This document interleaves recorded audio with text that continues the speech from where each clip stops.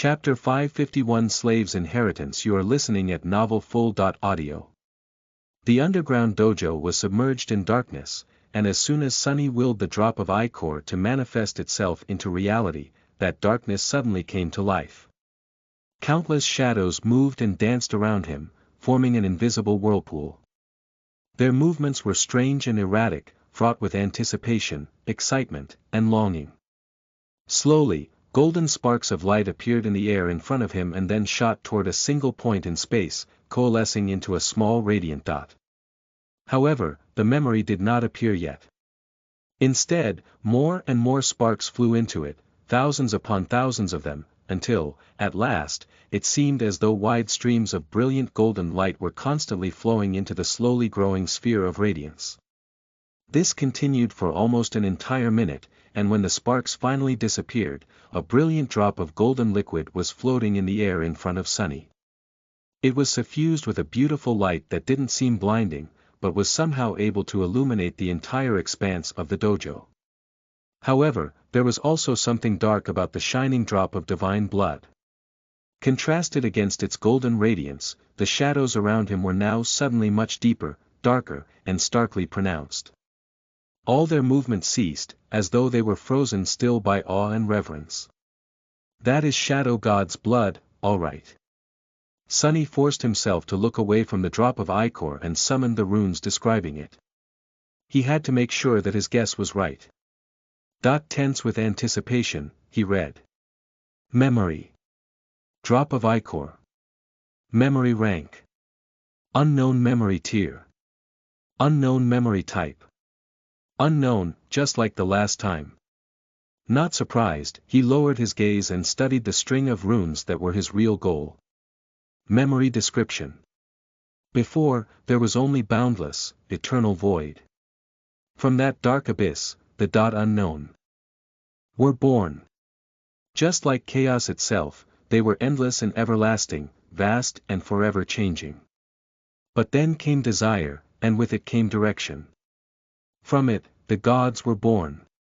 When gods appeared, the void was not eternal anymore. When gods appeared, the darkness was not endless anymore. When gods appeared, the chaos was not orderless anymore. The gods appeared, and brought with them war. This drop of divine blood was spilled by Shadow on one of the battlefields of that war, before the void was bound. Sunny stared at the runes, flabbergasted. That was a lot to take in. So, unlike the unknown, the unknown were indeed a type of creatures. Primordial beings that existed before time, space, and even death itself, in a boundless dark void. And the gods were different from them. But also their kin. At least it was clear now what terrible enemy the gods had faced long before the demons and their rebellion. And why Shadow God had been compelled to create death. How else would they be able to defeat eternal creatures? Were time, space, and other concepts Sunny had always thought to be absolute also created as weapons in the war of the gods against the unknown? At least it was easy to tell which side had emerged victorious.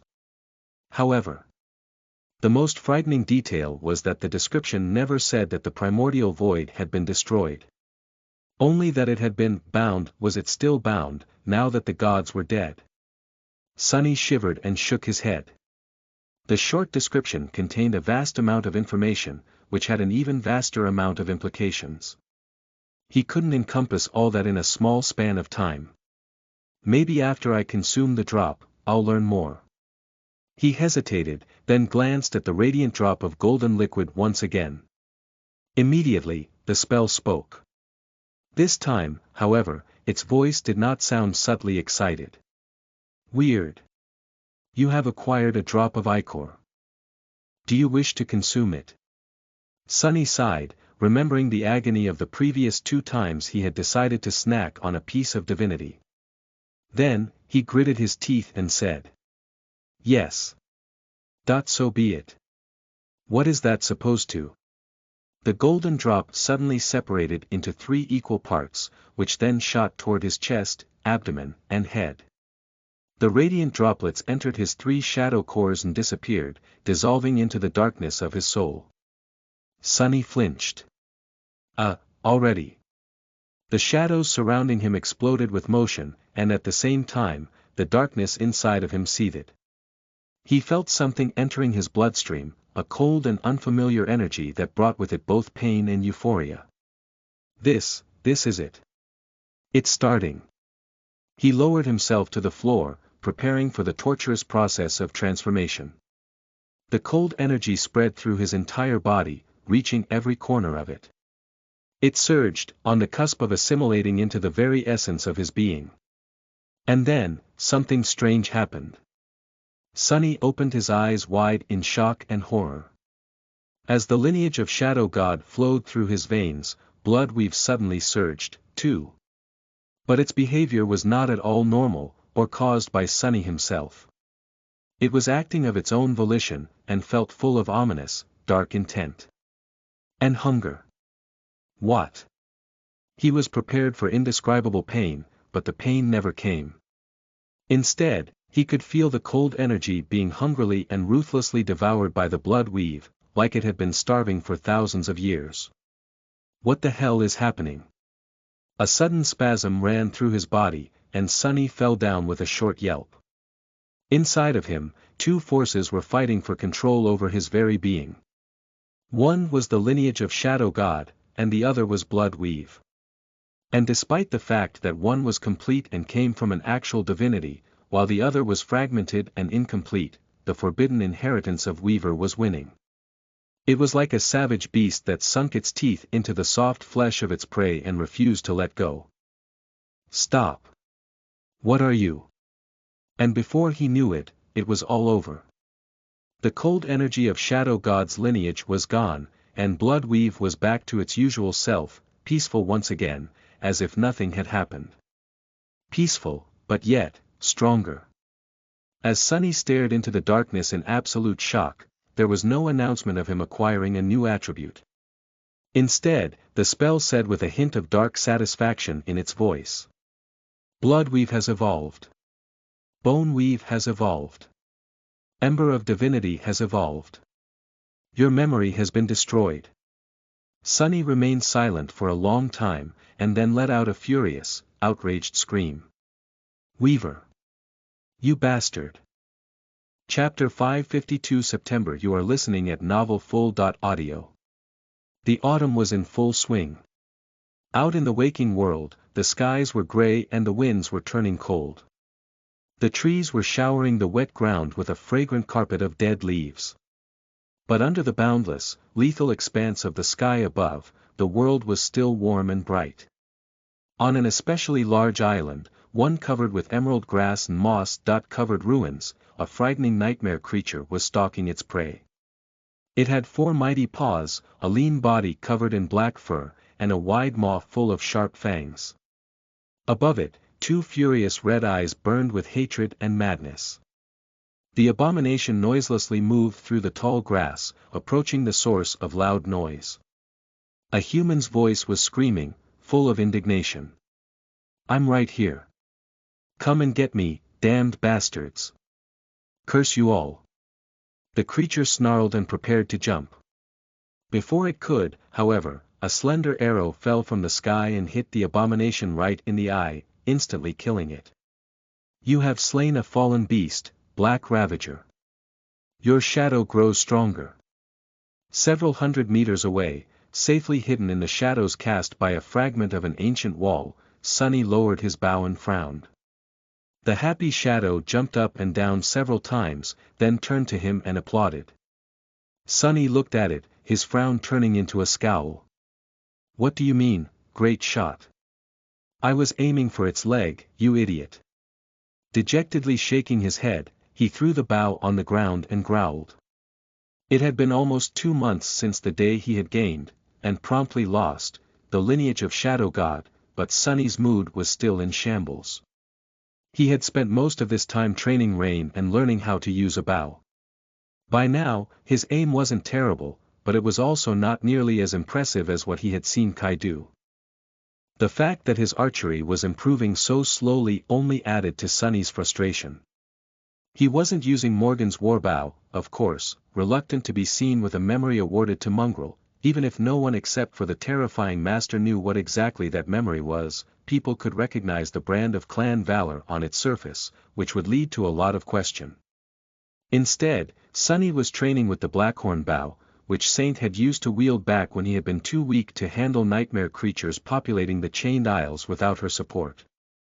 Sunny stared at the bow in question and suppressed the desire to give it a good kick. Dismissing it with a sigh, he retrieved the cruel sight from where it had been thrust into the ground and headed in the direction of the slain abomination. Compared to when he had just arrived on the Chained Isles, Sunny was much stronger now. He had a vastly better arsenal of memories at his disposal, an additional shadow core and a third shadow, and his combat mastery was polished by hundreds upon hundreds of bloody battles. Additionally, after the damned and forbidden, rightfully so, lineage of Weaver had swallowed the drop of Shadow God's blood, 3 of his attributes evolved. The Ember of Divinity was now Flame of Divinity, rising his divine affinity even more, which also increased the durability of the undying chain. Bloodweave and Boneweave had not changed in name, but became much more potent. Sunny was now much harder to break and kill. He probably couldn't bleed to death even if he wanted to, and it would take a saint, or someone like Master Morgan, to shatter his bones again. That was something, at least. Commanding the ordinary rock to shut up, he picked it up from the ground, hid it on his belt, and walked over to the carcass of the Black Ravager. The creepy shadow slowly turned its head and stared at the carcass with disturbing fascination. This guy. Sunny rolled his eyes. Don't just stand there, pervert, come here and help.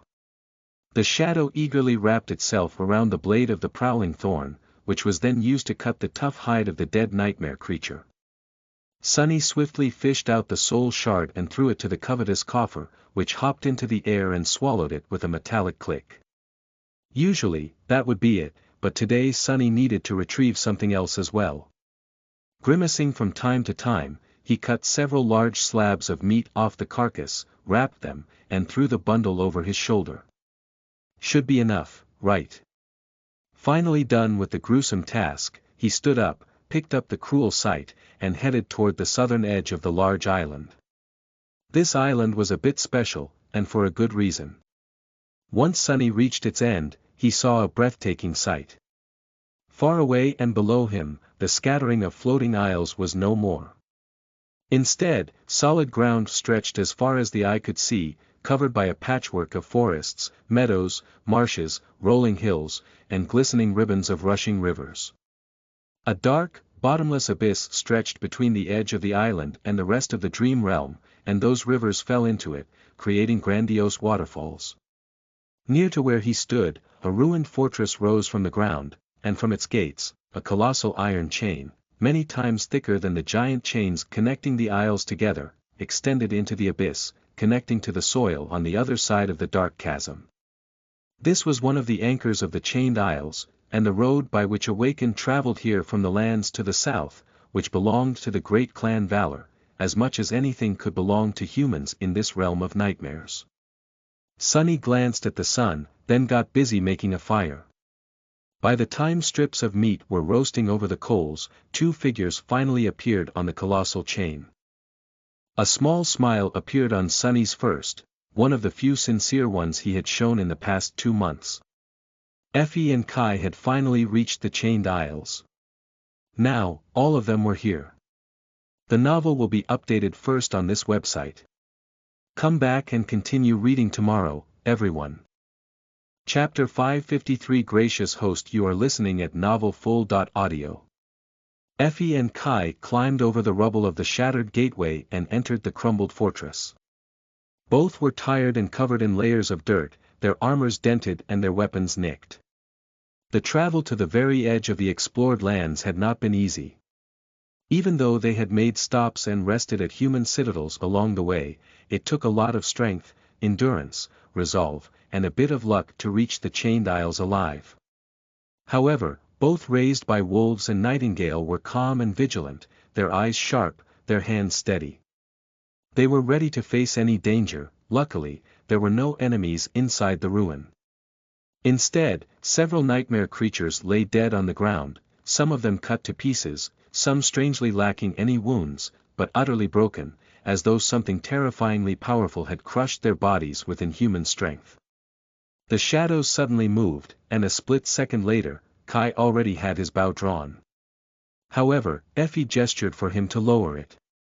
Out of the shadows, a tall and graceful figure in elaborate black armor stepped out, two ruby flames shining behind the visor of her helmet. In one hand, she wielded a steadfast kite shield forged out of dull steel, and in the other, an austere sword, its blade still dripping with rancid blood of the slaughtered abominations. Kai cautiously studied the menacing creature. "Is that Sunny's echo?" "She looks different," Effie grinned. "Yeah, she does that sometimes. Hey there, beautiful. Where's your sneaky boy for? I mean, master." The taciturn demon tilted her head a little, stared at Effie for a few moments, then silently turned around and walked away. "That I guess we should follow." The three of them left the crumbling fortress and walked along the edge of the island. Soon, the heavenly smell of roasting meat reached their nostrils. A few seconds later, both Effie and Kai froze, their mouths hanging open. A fire pit was built in the shadow of an ancient wall, strips of juicy, generously seasoned meat roasting over the coals. But that was not all. There were also fresh vegetables and succulent fruits, a copper says producing the unmistakable smell of freshly brewed coffee, and a few more things that people very rarely saw in the dream realm. The person responsible for all this revelry was sitting in a comfortable folding chair, lazily enjoying a slice of melon. When he saw them, an impish smile appeared on his face. "Oh, hi guys. You finally made it." With that, the young man jumped out of the chair, reached into a pot full of ice, and then placed 2 frosty bottles of cold, expensive beer into their hands. Sunny grinned. "Welcome to the Chained Isles." Some time later, Effie and Kai had satiated their hunger and were resting with dreamy expressions on their faces. Sunny had given up his folding chair and was now sitting on the ground. He was inwardly lamenting the fact that covetous coffer was not large enough on the inside to fit several. At least not yet. Maybe after he becomes a master, things would be different. Kai took a sip of his beer and glanced at the branded bottle in his hand with a funny expression. "Sunny, how do you even have all this stuff? Are you on such good terms with the White Feather clan?" Sunny laughed. "Nope, I delivered all these things here myself." "What, you have forgotten about my brilliant emporium already? It seems that Aiko had not hounded you for an endorsement hard enough, or maybe too hard, and you're suffering from trauma-induced amnesia. I mean, you are basically a company founder. The first deal I ever made was with your help, remember?" Kai smiled. "Those terrible memories you asked me to buy on your behalf in the castle." "Yeah, I do." Sunny nodded with enthusiasm. "My operation might seem small compared to what you two have seen in Bastion, but here on the Chained Island, I am the most successful entrepreneur. I guess it's true what they say about business, you know. You have to find the right people in the right wells. Or something like that." The charming Archer blinked a couple of times, but didn't comment. Effie, on the other hand, did. Finishing her beer, she glanced at the empty bottle with regret and sighed. "Sunny, I have a serious question, think about it before answering, take your time, too. Will you marry me?" "No, seriously. I am reformed. I swear I won't tease you anymore. I won't even mind you having a girlfriend. Just continue supplying me with all this stuff." He sneered. "No. Denied. You shameless gold digger." Effie made a disappointed face, then threw her head back and laughed out loud. "Oh, well. All right then." Then, she grew a little bit more serious and asked. "So, what's the plan? How do we proceed from here?" Sunny sighed, then took out his map of the Chained Isles and placed it on the grass. Effie and Kai got closer and studied it attentively. He pointed to the southernmost point on the map and said, "We are here." First things first, we need to get you to the sanctuary of Noctis, which is about 3 days of traveling away, and get you anchored there. White Feather Clan patrols this route routinely, so we shouldn't run into anything too troublesome. Then, he pointed at a particular island marked with an image of a burned tree. After you are settled, we'll go check up on the fire keepers and their progress on the ship. They won't be finished repairing that thing for at least a month more, from what I've heard, so you'll have to spend that time well. Hunt, saturate your cores as much as you can, search for better equipment. Effie nodded. What about you and Cassie? Are you well prepared? Sunny hesitated, then nodded. I am reasonably prepared. Cassie. I don't know. But the two of us have another task to accomplish before the ship is ready to set sail. He pointed to the very north of the Chained Isles, to a dark island that was almost touching the foreboding slopes of the Hollow Mountains. There is something we need to retrieve from the Night Temple. If all goes well, we'll travel north and come back within a month. If it takes longer, we will rendezvous here. His finger landed on the shipwreck island. And challenge the seed. That's the gist of it. Don't worry, though, we'll talk everything through in detail before Cassie and I leave. Effie and Kai glanced at each other. Sounds like a plan. Sunny nodded, then glanced at the setting sun. Good. Rest well tonight, then. We'll set off in the morning. Winter was drawing closer and closer. And the closer it got, the more nervous he became. The novel will be updated first on this website. Come back and continue reading tomorrow, everyone. Chapter 554 Coming Clean. You are listening at NovelFull.audio. On the way back to the sanctuary, Sunny tried to impart as much knowledge about the Chained Isles as he could to Kai and Effie. The archer, in particular, needed to go through a tough adjustment. His main combat tool was his ability to fly, which was obviously restricted in this strange land. Looking at the clear blue sky with a bit of trepidation, Kai asked. So, that crushing. How deadly is it? Sunny grimaced. Deadly enough to kill a saint. But it is also situational. After a bit, you'll develop a sense of how high or low the island you're standing on is. When it is at its lowest point, like right now, you will probably be able to rise several hundred meters into the air before feeling any pressure. The exact margin depends on how long the chains of the island are. He paused, then continued. However, when it is ascending or descending, you'd better either stay on the ground or not fly more than a dozen meters up. And if it has already reached the peak, well, you really should have already escaped to another island. But if you fail to do that in time, lay on the ground and pray. If the chains are short enough, you will survive. Kai studied the sky above some more, then looked down. What about below the islands? Can I fly freely there? Sunny nodded.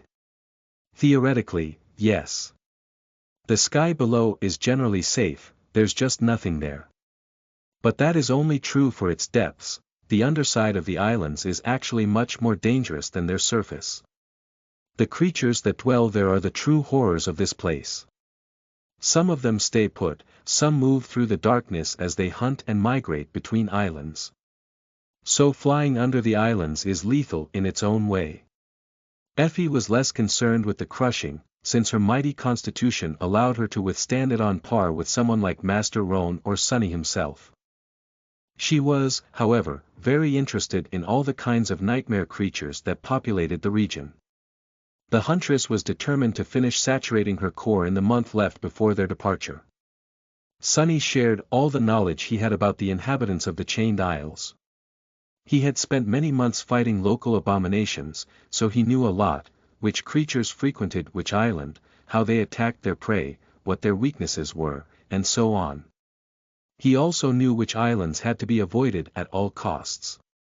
By the end of their journey, even Effie seemed impressed by the amount of knowledge he had accumulated. I guess the Academy doesn't pay you for nothing. You really did do a lot of research. Sunny grinned. When I hunt nightmare creatures, I get to sell their shards, and also get paid by the research faculty. So much money. Ain't it a dream? She giggled. The wonderful thing about you, Sunny, is that you are very easy to please. Ah. What is that supposed to mean? Effie, meanwhile, looked east and asked with a bit of tension. What about the saint who rules this region? What's your opinion of her? Sunny thought for a bit, then said with uncertainty. Sky Tide, she is a bit of a recluse. I don't really know. But her husband is a really decent guy, so that earned her some points in my book. Effie smiled lightly and didn't continue the conversation. On the third day, they finally reached the sanctuary. Due to how high profile both Raised by Wolves and Nightingale were, the trio was invited to have a meal with St. Tyrus before visiting the gateway. The dinner was pleasant enough, but when the plates turned empty, the real conversation began.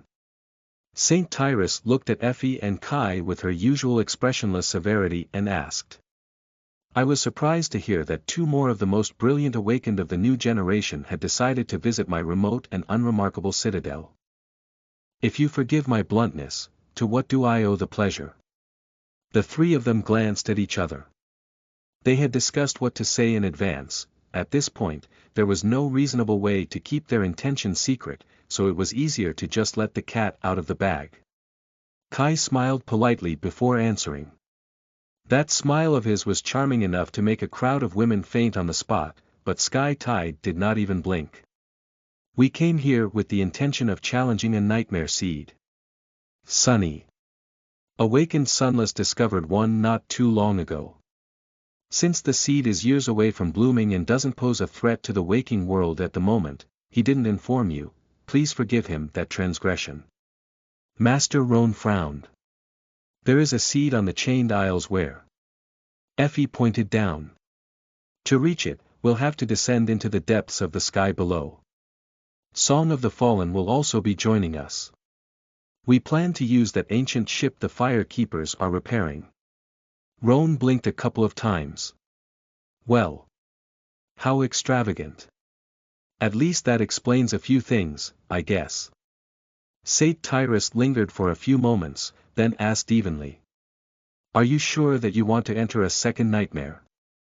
It has been less than a year since the four of you awakened. Most people take much more time to prepare for the rigors of the spell's trial. And even then, many don't survive. A wild smile appeared on Effie's face. Sure. Yes, I guess we are sure, as much as anyone can be. The decision to challenge the seed was not made rashly, nor was it based on blind ambition. You are right, of course, but the circumstance of our awakening was not ordinary. Even though it only happened recently, between the four of us, we already share a decade of battle experience. And the battles we fought were not soft. Sky Tide did not answer immediately, turning her face away to look at the vista of the Chained Isles. Kai cleared his throat. Tyrus remained silent for a few moments, then slowly shook her head. No. If four awakened with the SSA designation want to challenge a nightmare seed, they must know what they're doing. Your timing is actually good, as well. Sunny frowned slightly. Good timing. What does she mean? But Sky Tide wasn't going to elaborate. Instead, she looked at Effie and asked. When do you leave?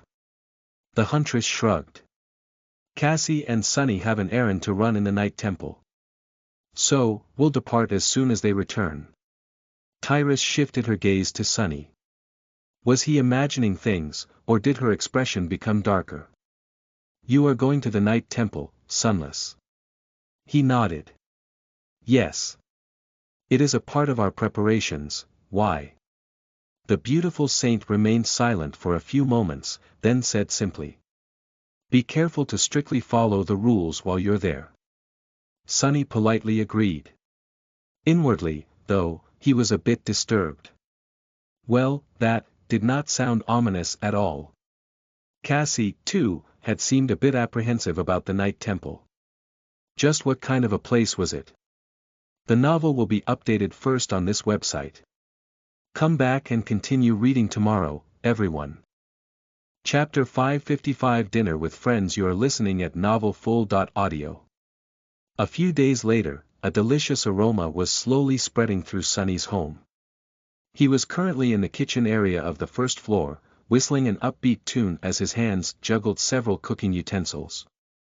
There were several pans and pots simmering on the stove, and a scattering of fresh ingredients on the countertops around him. Ah, this smells so good.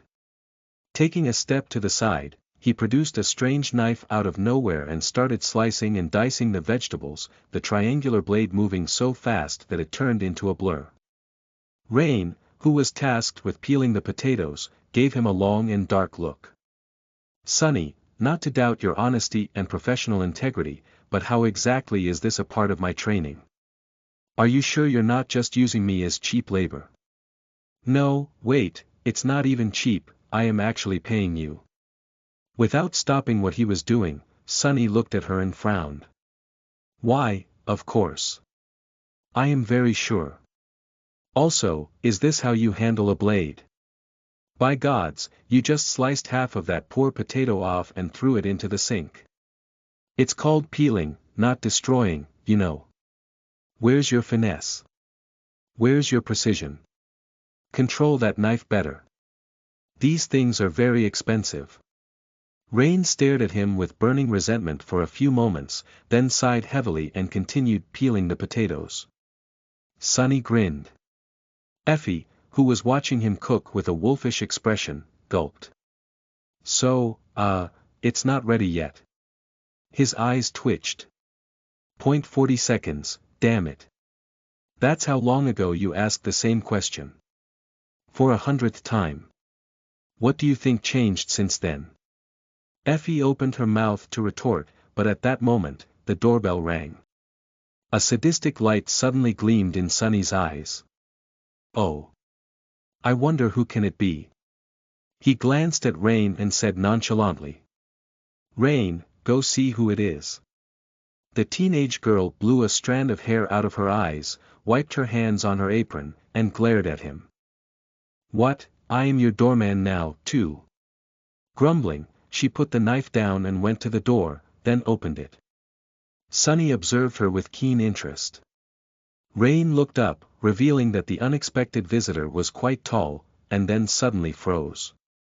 Her face paled so much that it turned almost entirely white, and her pupils became as wide as saucers. Her mouth hung open. It was as though the girl was paralyzed by horror. Sunny weighted the heavy kunai in his hand and walked over.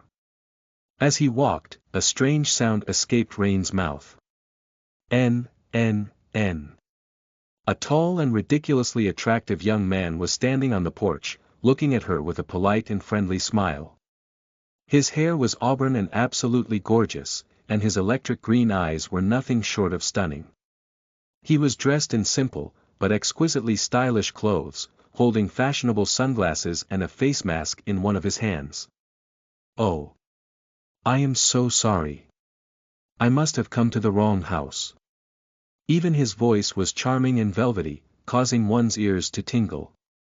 Rain was finally able to force out a word, her voice a panicked squeal. Night. Sunny gave her a short look, shook his head, then smiled at Kai. Hyung. You're here. Sorry, the dinner isn't even ready yet, come on in, come on in. Kai returned his smile and came inside. Sunny raised a hand and poked Rain in the back, then narrowed his eyes and said with exasperation. Rain, why are you just standing there? Get my Hyung some slippers quick. Then, he turned to Kai and sighed. So sorry. That's Rain, a girl I tutor. She is a bit slow, sometimes. Kai glanced at her, two lethally cute dimples appearing on his cheeks. I am sure that is not true. It is very nice to meet you, Rain. She opened her mouth, trying to say something, but no words came out of her mouth.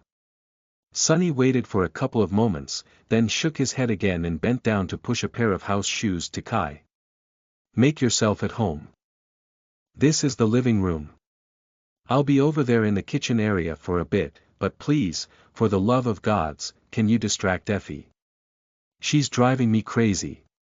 Kai laughed, patted him on the shoulder, and went in to greet the hungry huntress. Sunny and Rain were momentarily left alone. The teenage girl breathed heavily for a few moments, then slowly looked down, at her dirty apron and hands with pieces of potato peel stuck to them. An expression of utter horror appeared on her face. Then, she looked at him with wide eyes and whispered. Sunny, why is N, why is night in your house? He blinked a couple of times, pretending to not understand the question. What do you mean? Kai is a dear friend of mine. We're practically brothers, one might say. What's wrong with you today? Sunny shook his head in derision. Rain stared at him in shock, then opened her mouth to say something. However, before she could, the doorbell rang again. Sunny calmly opened the door, revealing a petite, exquisitely beautiful young woman standing on the porch. She had delicate features, pale blonde hair, and stunning blue eyes. Despite the fact that the young woman was dressed humbly, there was an aura about her that made it almost impossible to look away. It was as though she was a pristine heavenly creature that had somehow found her way to the dirty, imperfect mundane world. In her hand, she was holding a long white cane. Cassie hesitated for a moment, then turned her head a little, facing Sunny. I hope I am not late. Rain stared at her with a ghostly expression. S. Song of the. Then, she turned to Sunny as well, her eyes even wider than before. Poor thing looked as if she was about to faint. Sunny smiled brightly. Ah, finally. Vengeance. Chapter 556. About those potatoes. You are listening at novelfull.audio. Kai, Effie, and Cassie settled in the living room and chatted while Sunny returned to the kitchen.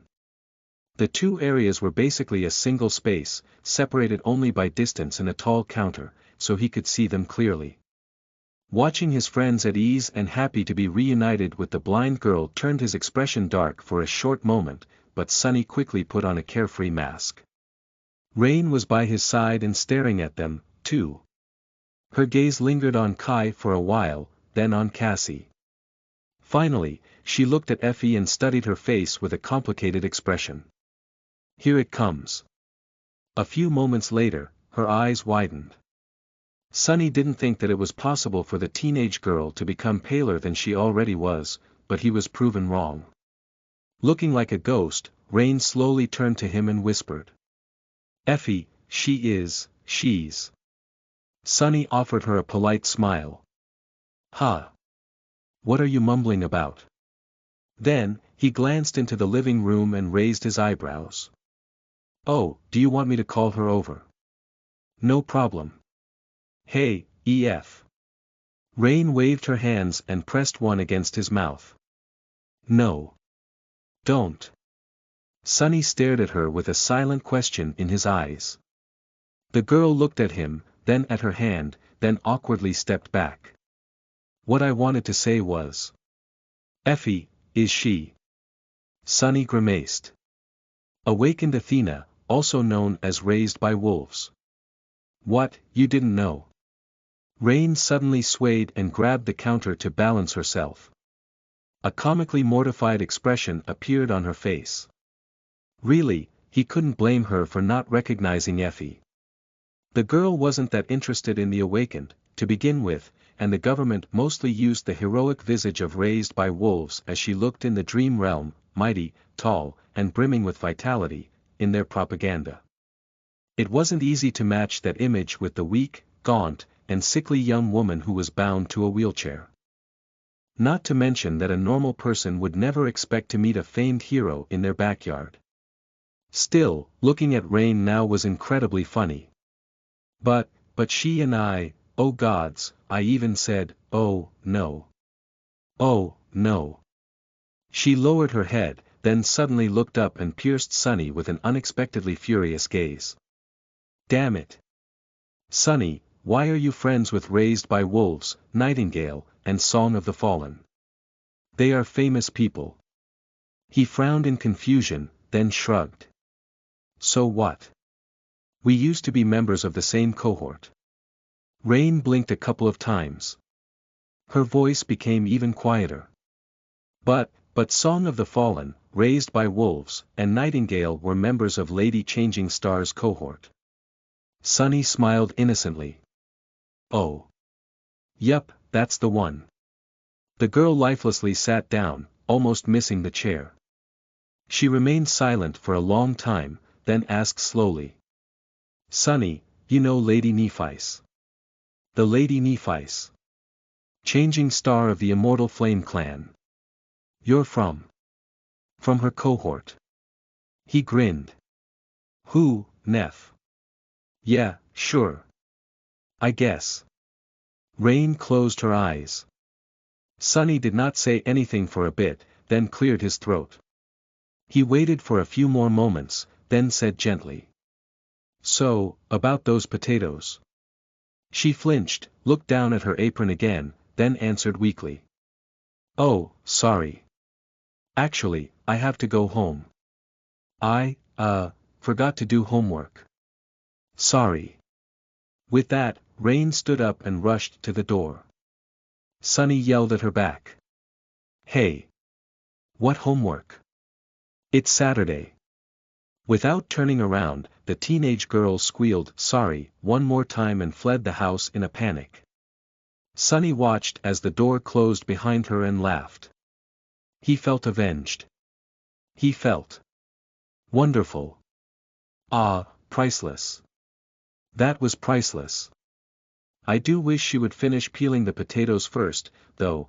After the dinner, the four of them settled around the table and moved on to the real reason for today's gathering, the discussion of their plan to challenge the Nightmare Seed. This conversation could have taken place in the sanctuary, but despite having a somewhat good relationship with the White Feather clan, Sunny didn't want to say some things aloud in their territory. Their territory was also a sovereign's territory, after all. So, the cohort had made plans to meet in the waking world. There was a lot to discuss. The second nightmare was a deadly challenge, and they had to be as prepared to face it as possible. There were also a lot of preparations to be made for the journey to the seed itself, venturing into the sky below and locating the rift in the ocean of flames that hid in its depths was not an easy task in and of itself. So, they spent many hours going over every little detail, sharing knowledge, and finding solutions to potential problems they could encounter. The nightmare itself was a mystery, of course, so no matter how much they tried to account for every possibility, they still had no way of knowing what awaited them inside. All they knew was that it would be dangerous, deadly, and terrifying. Still, there were things they could do to improve their chances. Grow stronger, improve their arsenals. But most importantly, aim for maximum flexibility in the collection of tools at their disposal. After all, it was not the strongest who survived, it was the most adaptable. It was already deep night when the conversation stopped. It seemed as though they had discussed everything they could, at least for now. Sunny made a pot of coffee for everyone, poured it into the cups, and sat down opposite Cassie. Now that everything else is settled, let's talk about the Night Temple. The more I hear about it, the stranger I feel. Isn't it supposed to be just a private citadel of clan valor? What's the deal with it? Cassie remained silent for a bit, then took a sip of coffee and sighed. Night Temple, how do I describe it? It is an eerie place. The first thing you need to know, I guess, is that it's actually situated on the underside of the northern island, and not on its surface. In the eternal shadow. That makes it harder to access, but also more defendable. I doubt that even an army of nightmare creatures, or awakened, for that matter, would be able to take it by force. She paused, and then continued. At first glance, it's a frontier outpost for the Knights of Valor, a transfer base that was supposed to serve as a staging ground for their push further north during the active expansion of the previous decades. But, as you know, after humans encountered the Hollow Mountains, our progress in that direction stopped. Night Temple remains, though. Sunny frowned. So, it's basically empty. Cassie lowered her head. When she spoke, her voice sounded tense. Logically, it is supposed to be.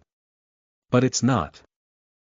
Chapter 557 Night Temple. You are listening at NovelFull.audio. Cassie chose her next words carefully. Despite the fact that the Hollow Mountains were designated as a death zone, it seems that Clan Valor still has ambitions of exploring them. Perhaps that is why Night Temple exists, and why a saint is stationed there. Sunny frowned. Even Kai and Effie seemed to be perplexed. That I thought Sky Tide was the only saint on the Chained Isles. The blind girl shook her head. No, there is another. Saint Cormac. He oversees the citadel and ventures into the mist of the Hollow Mountains from time to time. As though searching for something. In fact, that was how I was able to receive permission to anchor myself and my cohort in the Night Temple. In exchange, I was meant to use my aspect to aid him in the exploration. But nothing much came of it. Sunny thought for a bit, then said. So far, everything sounds reasonable. Cassie nodded, then shifted uncomfortably. Yeah. But there are just too many strange things about that citadel, ones that have nothing to do with the saint and his mission. For one, there are just too many awakened there, around 100, I think. That is much more than is needed to support one saint. However, the most eerie part is not their number, but who those awakened are. She hesitated, then said somberly. With the exception of 2 masters who serve as St. Cormac's lieutenants, all of them are lost. Sunny perked up. What Cassie had told them was, indeed, strange, and more than a little bit disturbing. There weren't that many lost among the awakened, so why would 100 of them be gathered together in a remote and isolated citadel? But that wasn't the reason why Sunny was suddenly excited. Leaning forward a bit, he asked. Oh, yeah. Is there one called Mordred? Cassie thought for a few moments, then shook her head. That I don't know. We weren't really allowed to interact with the lost while living in the Night Temple. You see, the whole citadel is separated into 3 areas. The outward ring is where we were given a space to establish a base. We were forbidden from entering the temple itself, unless escorted by one of the masters. That is where the lost live and the gateway is situated. She suddenly fell silent, and then added in a darker tone. But there is another area inside the temple, too. One that even the lost aren't allowed to enter. The inner sanctum. One time, while we were entering the gateway, I felt the doors of the sanctum open, and accidentally glimpsed the people guarding it. The blind girl shivered. Or at least, they seemed like people. But they weren't. They were all echoes, human echoes. Sunny scowled. What the hell? One human echo was creepy enough, but many. What exactly were they guarding that actual humans couldn't? No, that wasn't important. Clan Valor could keep its secrets. He just needed to get the knife from the altar. So, what about an altar? Have you perceived an ivory knife lying on it? Cassie lingered for a few moments, then shrugged. The gateway in the Night Temple is different from the one in the sanctuary. You don't need to touch the altar to activate it. So I've only felt the altar from afar. It is indeed cut from a slab of black stone, from what others told me. There is a statue of a veiled woman holding a star and a bolt of lightning behind it. Other than that, I can't say. Sunny sighed, a bit disappointed. Well, doesn't matter. I'm sure it's there. The problem is to convince the representatives of Clan Valor to let me approach the altar. Or even sneak to it when no one is looking. Do you think you'll be able to convince them to let me inside? The blind girl nodded, but there was a bit of uncertainty on her face. I think there won't be a problem. Although I wasn't able to help St. Cormac a lot, we parted on good terms. However, that whole place is very mysterious. I am reasonably sure that they will at least allow us to anchor ourselves to the gateway, but Sunny didn't like the sound of that. But what? Cassie sighed. Performing a ritual over the altar is another matter entirely. They can also simply refuse to let us in. I doubt that this will happen, but just in case, we should be prepared. The day we leave the sanctuary might be the last time we'll have access to a gateway before the second nightmare is over. Sunny grimaced. Although he hated to admit it, she was right. It was best to prepare for the worst. He had a few things to do in the next few days, then. All right. Then we will leave in 2 days. Make your preparations, and I will make mine. Cassie nodded and fell quiet. In that silence, a strange sound could be heard. Sunny turned around and saw Effie noisily devouring the leftovers of their recent dinner. Noticing that he was staring at her, the huntress froze. What? You guys were busy, and I was hungry. He covered his eyes for a moment, then shook his head. This woman. Speaking of preparations, he had to do something right now. Hey, Kai. Come here and give me your hand. Kai looked at him with a silent question, but didn't ask anything. He stood up and walked over, then stretched one hand over with a smile. Sunny put one finger on it and sent 2 memories away with a regretful sigh, the Blackhorn bow and the full quiver. Effie was well equipped with powerful memories from her time on the Forgotten Shore and from the months she had spent hunting as an awakened, but the charming archer lacked good armaments. Even though it pained Sunny to let go of 2 ascended memories, he knew that this was for the best. It was going to give Kai an opportunity to grow stronger in the next month and be better prepared for the nightmare, plus, he still had Morgan's war bow and the strike of thunder. Kai frowned in confusion, then stared into emptiness, clearly reading the runes. Then, an excited light ignited in his eyes. Oh, thank you, Sunny. Sunny scowled. Now, don't get me wrong. This is not a gift. I am lending them to you, lending, you understand. Brilliant Emporium is a respectable business, not a charity. I'll be expecting a full repayment or an exchange of equal value. In the future. Got it. Kai beamed and looked at him with a wide smile. Ah. That's so sweet. Sunny's scowl deepened. Sweet. What does he mean, sweat? What's wrong with this idiot? I just told him that he's now in debt.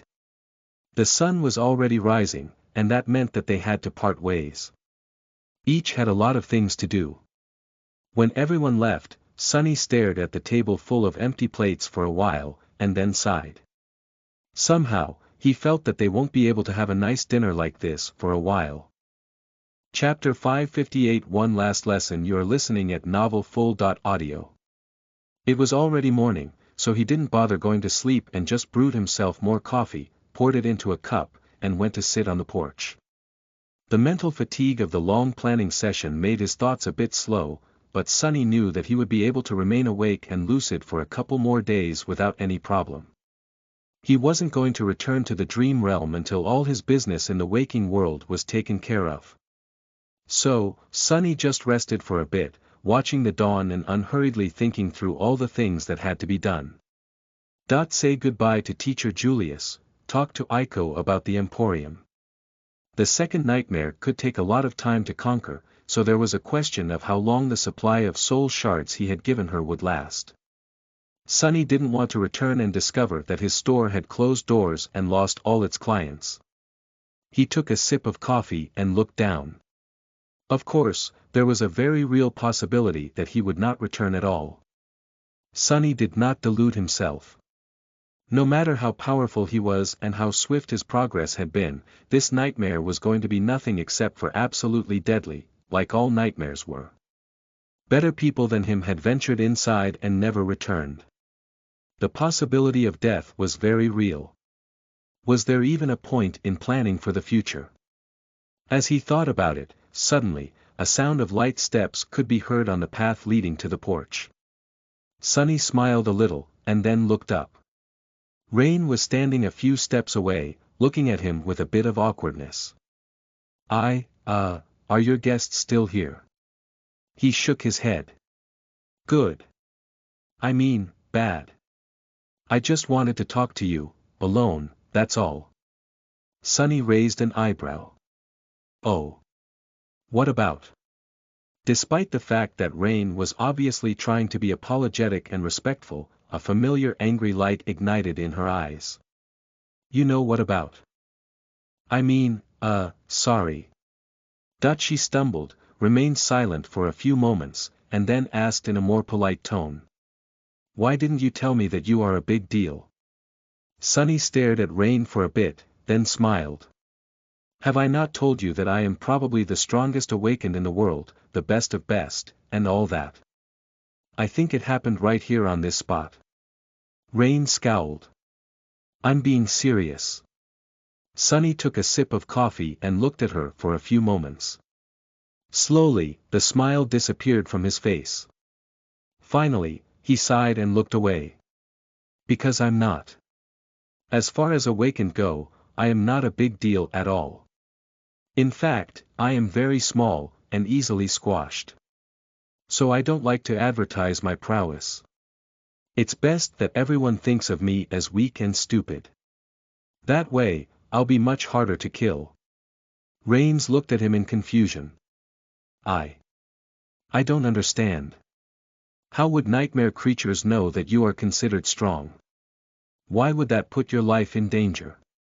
A dark, sad smile appeared on Sunny's face. He glanced at Rain, and then asked.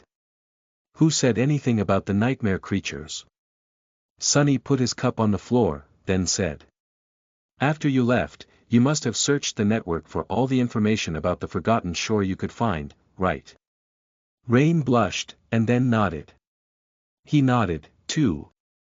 Then you must know that around 400 sleepers died during the siege of the Crimson Spire. So many. But do you know how many were killed in the months before? Almost twice that. Her eyes widened slightly.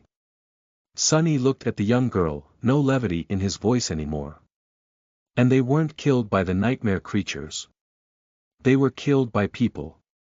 So, ironically, more humans were killed by other humans while I was out there, in that hell, than they were by monsters.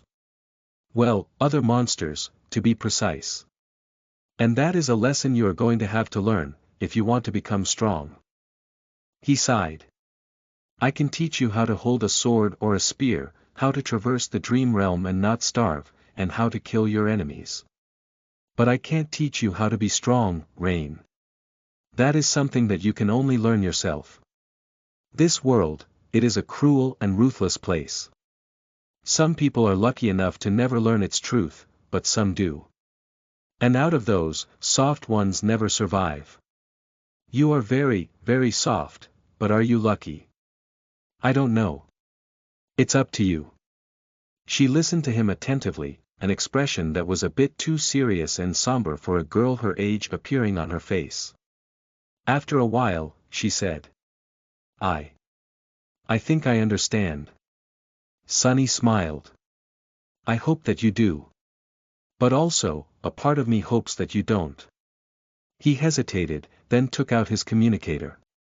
Oh, and by the way, our lessons are going to have to stop for a while. My friends and I are going on a big expedition, you see, and I am not sure how long it is going to take. Don't worry, though, I have already taught you enough for you to continue practicing on your own. Do it diligently and don't get lazy.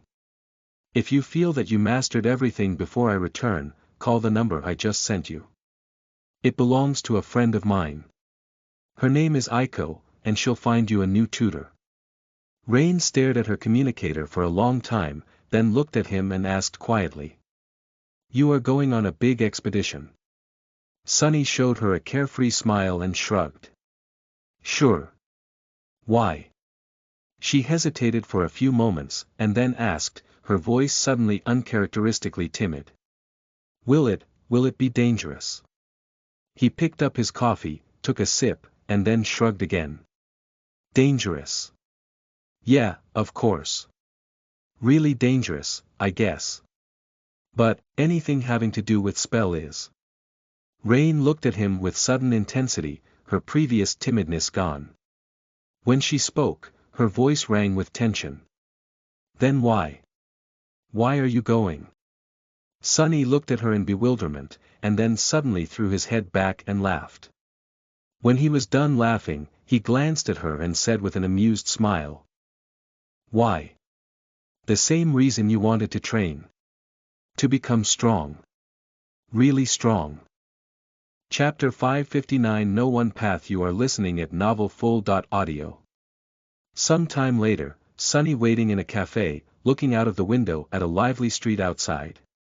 People were rushing past, in a hurry to get inside before the heavy clouds covering the bleak sky erupted with rain.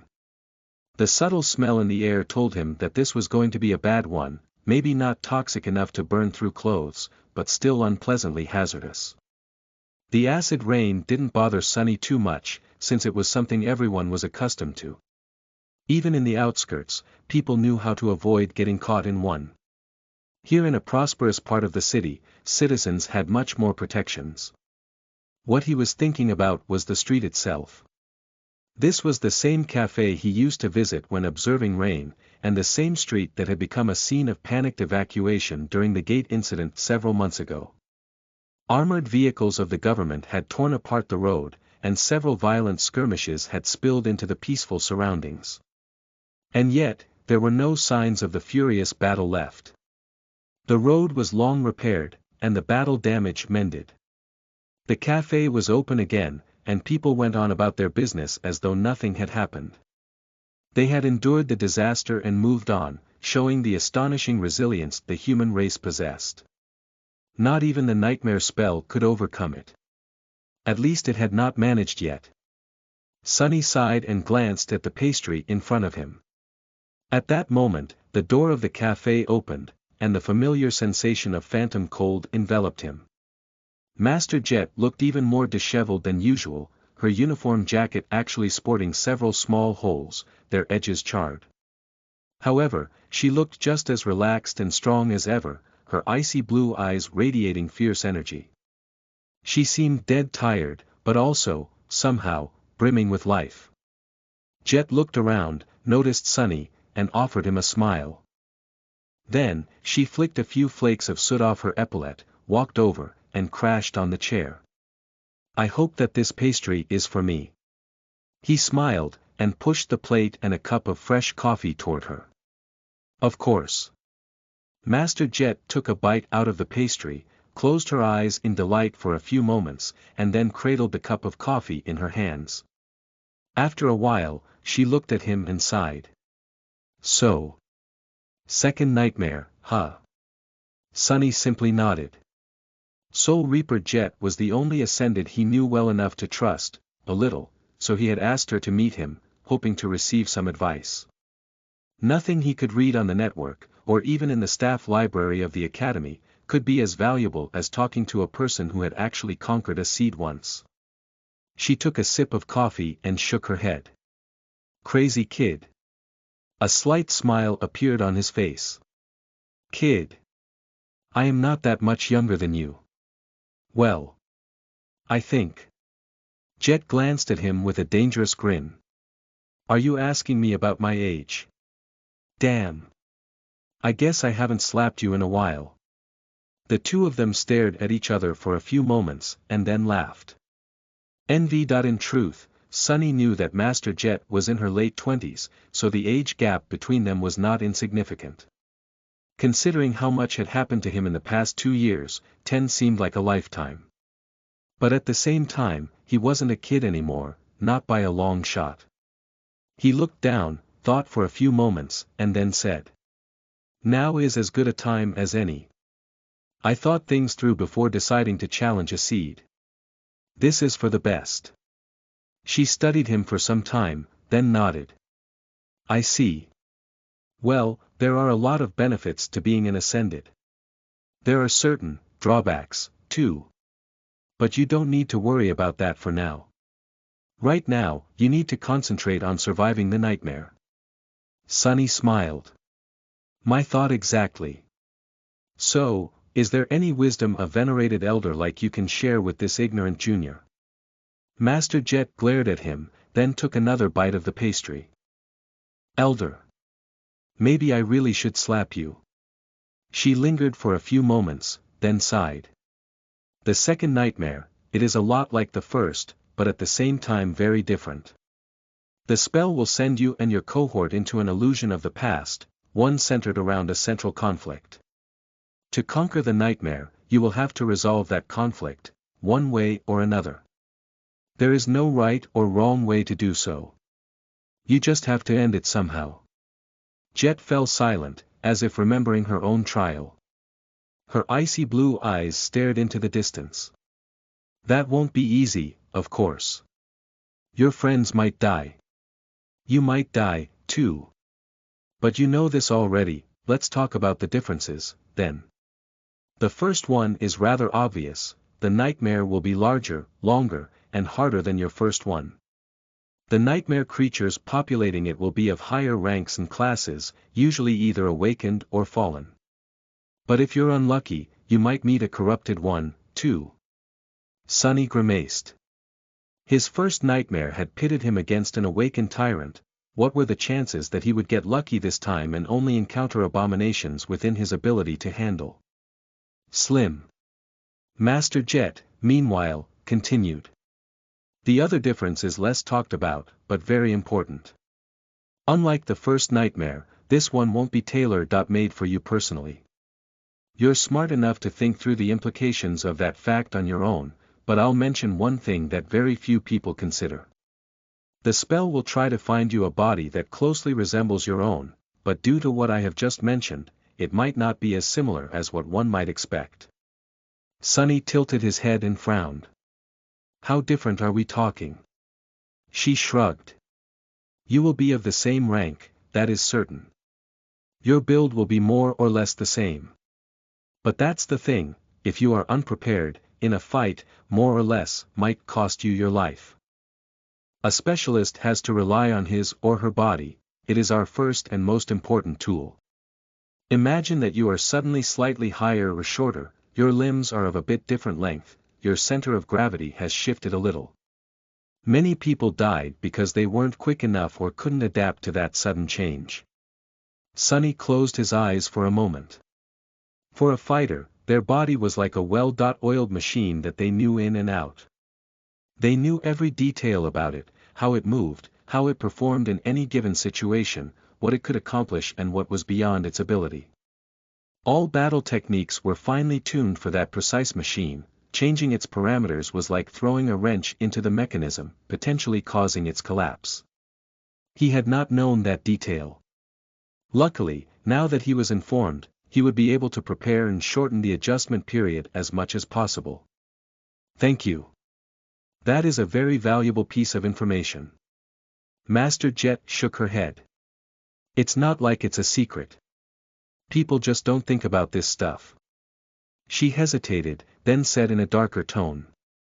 The last large difference, hopefully, you won't have use for that knowledge. But if worse comes to worst, it is better to be prepared. Sunny looked at her and raised an eyebrow. What? She glanced at her cup, took a sip, and then carefully put it on the table. The thing is, I said that there is no one way to conquer the nightmare. That means that some solutions can contradict each other. And people participating in the trial are not forced to aim for the same result. He scowled.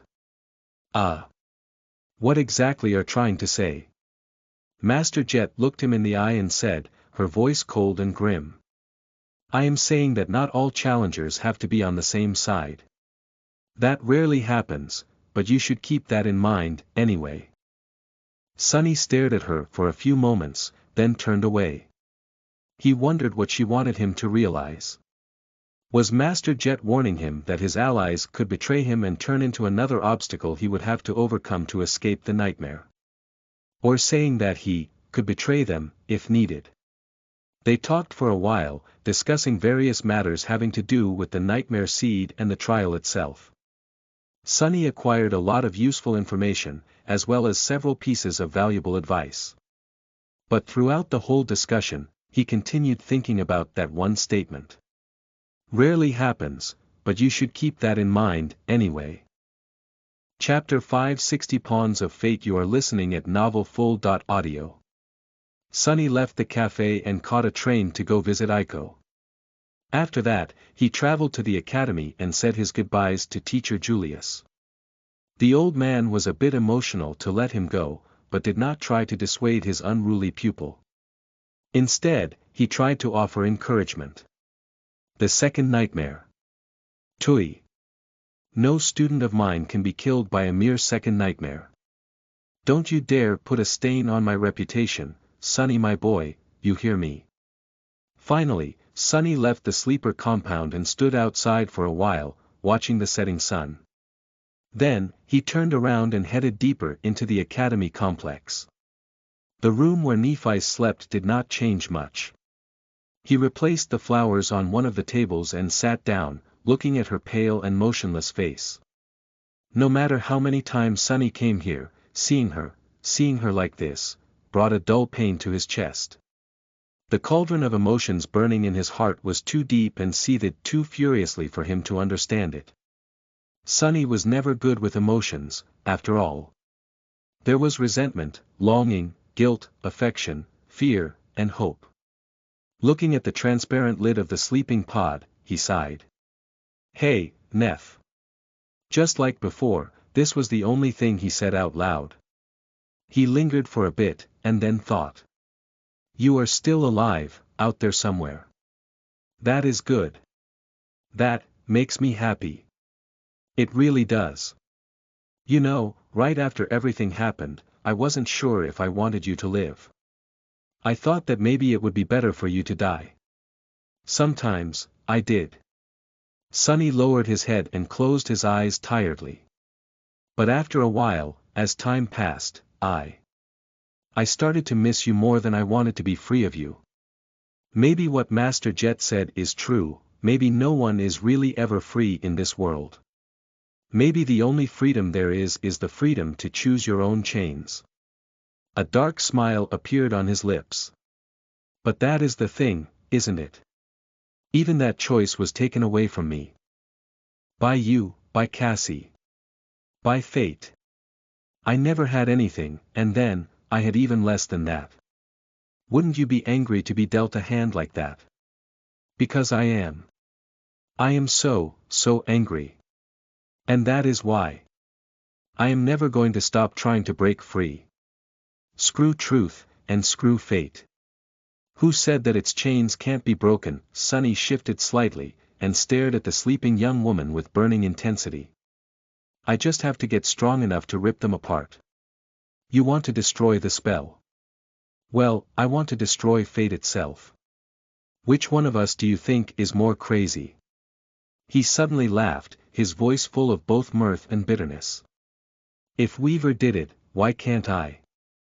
And if Weaver created it, why can't you break it? If that is our will, who dares to stop us? Sunny smiled widely, and then grew quiet again, his eyes full of darkness. After a while, he rubbed his face. Anyway. Cassie and I are going to challenge the second nightmare soon. We might not be able to visit you again for a long time. So you take care of yourself, Neph. Don't disappoint me. I am counting on you to stay alive. To keep me striving to surpass you. With that, he sighed heavily, stood up, and left without looking back. It was finally time for him to sleep, too. Before climbing into his luxurious sleeping pod, Sunny had a conversation with Effie. He moved her pod into the underground dojo and installed it near his own. The two of them were most likely going to spend a long time in the nightmare, so the house had to be put on lockdown for the duration. Hopefully, Sunny would be able to do it himself after coming back through the gateway in Night Temple, but if things went wrong with the representatives of Valor, Effie was in charge of making the final preparations. He gave her the passwords from the security system and explained the procedure. Then, Sunny ran the diagnostic on the pod, made sure that it was functioning perfectly and could sustain his body for months, if not years, and sighed. It didn't matter, really. After entering the seed, he would either die or become a master. If the former happened, the well-being of his physical body was a moot point. If the latter happened, paradoxically, the same statement applied. Ascension merged the physical body with the spirit body. However, even if the physical body was completely destroyed, the process would create a new one. So, maybe, it was more appropriate to say that ascension allowed the spirit body to become corporeal. In any case, the result was the same. That was why Effie wanted to become a master so badly, knowing that it would make her as strong and healthy as she was in the dream realm. Why many of the lost dreamed of challenging the second nightmare, as well. And that was why it didn't matter even if the sleeping pod malfunctioned and thoroughly roasted Sunny's physical body instead of preserving it. If the nightmare didn't kill him, he would be as good as new. Still, Sunny was very attached to his mortal shell. He didn't want any harm to come to it, if only out for sentiment reasons. With a sigh, he undressed, took one last glance at his spacious dojo, and climbed into the pod. Effie, who was watching him silently from her wheelchair, strained to raise a hand and waved him goodbye. Sweet dreams. Sunny wanted to snarl at her and remind the gluttonous huntress to not leave dirty dishes all over the house, but he was just too tired. As soon as the lid of the metal sarcophagus started to move, his eyes closed, and he fell into the deep, dark embrace of sleep. When Sunny opened his eyes again, he was already in the sanctuary of Noctis. Sunny was standing on the edge of the island, looking at the heavenly chain that stretched far into the distance.